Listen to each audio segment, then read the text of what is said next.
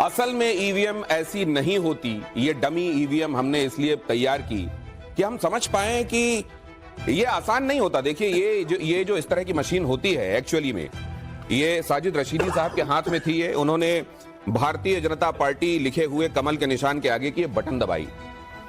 वो साजिद रशीदी जिन्होंने जीवन भर कभी भारतीय जनता पार्टी को वोट नहीं दिया, वो किस तरह के माइंडसेट के साथ गए होंगे? क्या उन्होंने दिल में ठाना होगा, क्या दिमाग में निश्चित किया होगा कि वो गए? और साजिद रशीदी ने इस बार जो किया, आप जानते हैं कि वो ऑल इंडिया इमाम एसोसिएशन के अध्यक्ष हैं और उन्होंने भारतीय जनता पार्टी के निशान के आगे की ये बटन दबाई। और जब से उन्होंने बटन दबाई, कैसे दबाई एक बार फिर से बताइए रशीदी साहब। ये आवाज आपको भी आई होगी, ऐसी ही आई होगी।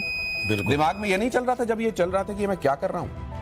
नहीं, जब मैंने बटन दबाया तो पर्ची तो निकल गई। अच्छा, पर्ची भी निकल गई। हाँ, वो कमल का फूल था उस पे। हाँ। लेकिन वो नीचे नहीं जा रही थी। वो 30 सेकंड के लिए वो पर्ची अटक गई। वीवीपैट में आप देख रहे होंगे। हाँ। कि वो दिखी लेकिन वो अटक गई, नीचे नहीं गई। मैंने सोचा यार ये वोट कंडम तो नहीं हो गया। तो मैं खड़ा हो गया कि जब तक ये नीचे नहीं जाएगी, जब तक मैंने, अगर ये अटक गई दोबारा करूंगा। लेकिन वो 30 सेकंड के बाद में झटके से नीचे गई और बीप की आवाज आई, यानी आपका वोट मुकम्मल हो गया। तब मैं वहां से निकला।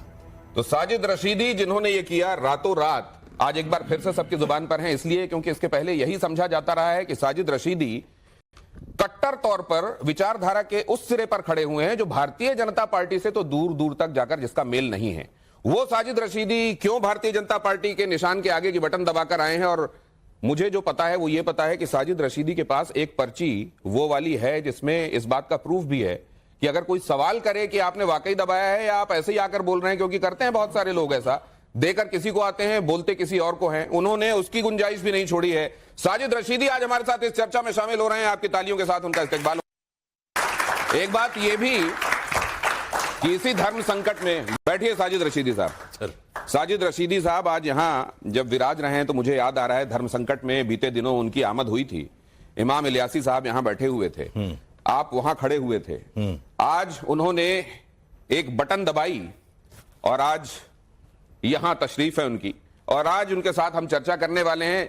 ये खास ऑडियंस हमारे साथ यहां जमा है, वो कैसे देखती है इसको क्या एक बड़ी परिवर्तनकारी घटना के तौर पर देखा जाए, एक व्यक्ति के कुछ समय के लिए अपने दिमाग को बदल लेने के तौर पर देखा जाए, या एक विचारधारा ही जो अपने आप को दूसरे सिरे पर खड़ा पाती रही वो अब असल में संगम की तरफ जा रही है? क्योंकि इन दिनों कुंभ की भी चर्चा हो रही है, तो क्या कहीं संगम होता हुआ भी दिखाई दे रहा है? इस पर हम चर्चा करेंगे।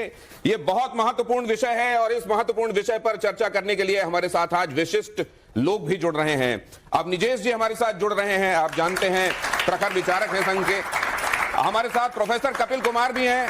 इतिहास गवाह रहा है कि अगर विचारधाराएं नहीं मिली तो ज्यादातर 90% या ज्यादा केसेस में वो फिर नहीं मिलती। फिर अचानक इस तरह की तब्दीली कब होती है, ये भी हम उनसे समझेंगे। हमारे साथ जो दूसरे मेहमान जुड़ रहे हैं उनसे भी आपका परिचय करा दूं। हमारे साथ हाफिज नूर अहमद अजहरी हैं, स्टेट प्रेसिडेंट हैं Muslim personal law board of India के। मसूद हाशमी साहब हमारे साथ हैं, प्रेसिडेंट हैं इत्तेहाद सोसाइटी के।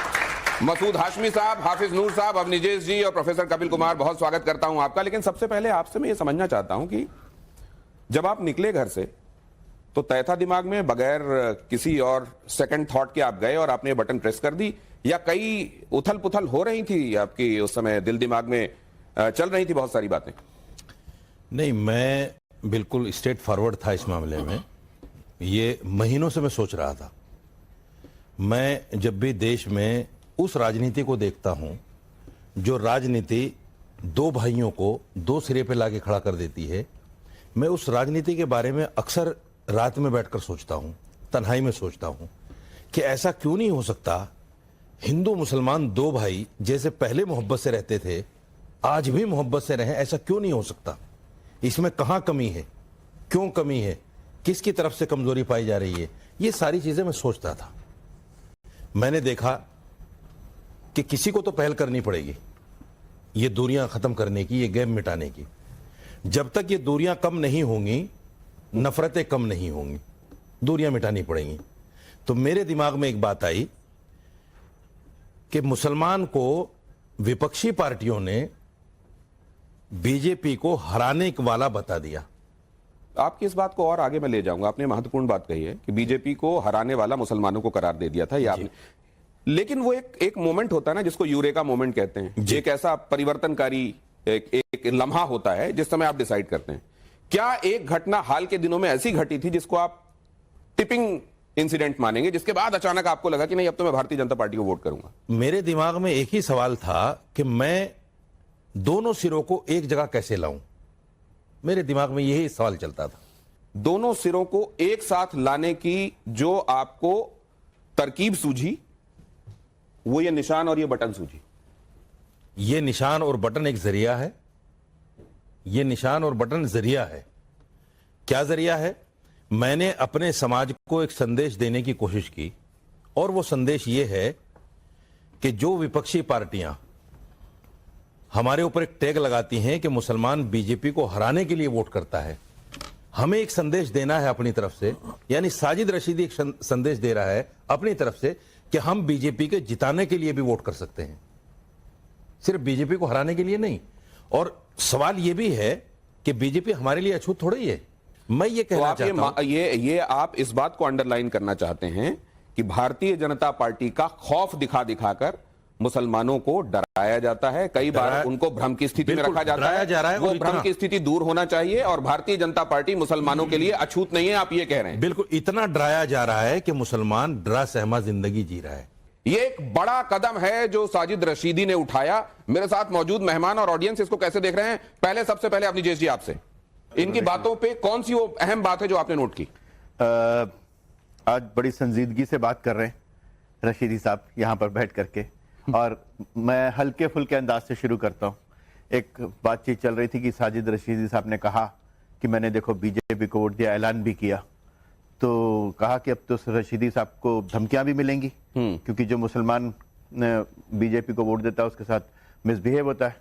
तो किसी ने कहा कि नहीं, यही तो धमकी देने वाले थे, अब इनको कौन धमकी देगा? यही धमकी देने वाले थे, इनको धमकी कौन देगा? वो कह रहे हैं लेकिन कि लाइटर नोट, लेकिन लाइटर नोट महत्वपूर्ण बात यह है कि अब तक रशीदी साहब जो आज बोल रहे हैं ना, ऐसा नहीं कि ये बात पहले किसी ने आप सोची। जब ये कह रहे हैं ना अपनी जेश जी, मैं बार बार देख रहा हूं उनका फोन बज रहा है और वो देख भी रहे हैं, कहीं धमकी तो नहीं आ रही ना रशीदी साहब? नहीं आ रही। हाँ, बात पूरी की। वो मैंने कहा कि यही देते थे ना वो तो। अच्छा, ठीक। लाइटर बात हो ही रही है हाँ। कि आधी रात और सुबह के बीच ना जाने क्या बात हो गई, जो वोट जानी थी कहीं और वो बीजेपी चली गई। हाँ। है? अब मैं मौलाना साहब से पूछना चाह रहा हूं, और लाइटर साइड पे नहीं साहब, वो कह रहे हैं महीने डेढ़ महीने पहले डिसाइड कर दिया। मैं देखिए महीने डेढ़ पहले का मैं वाकया इस डिबेट में लाना नहीं चाहता। हाँ। मौलाना साहब के साथ ही हुआ था मेरा, खैर छोड़िए उस बात को।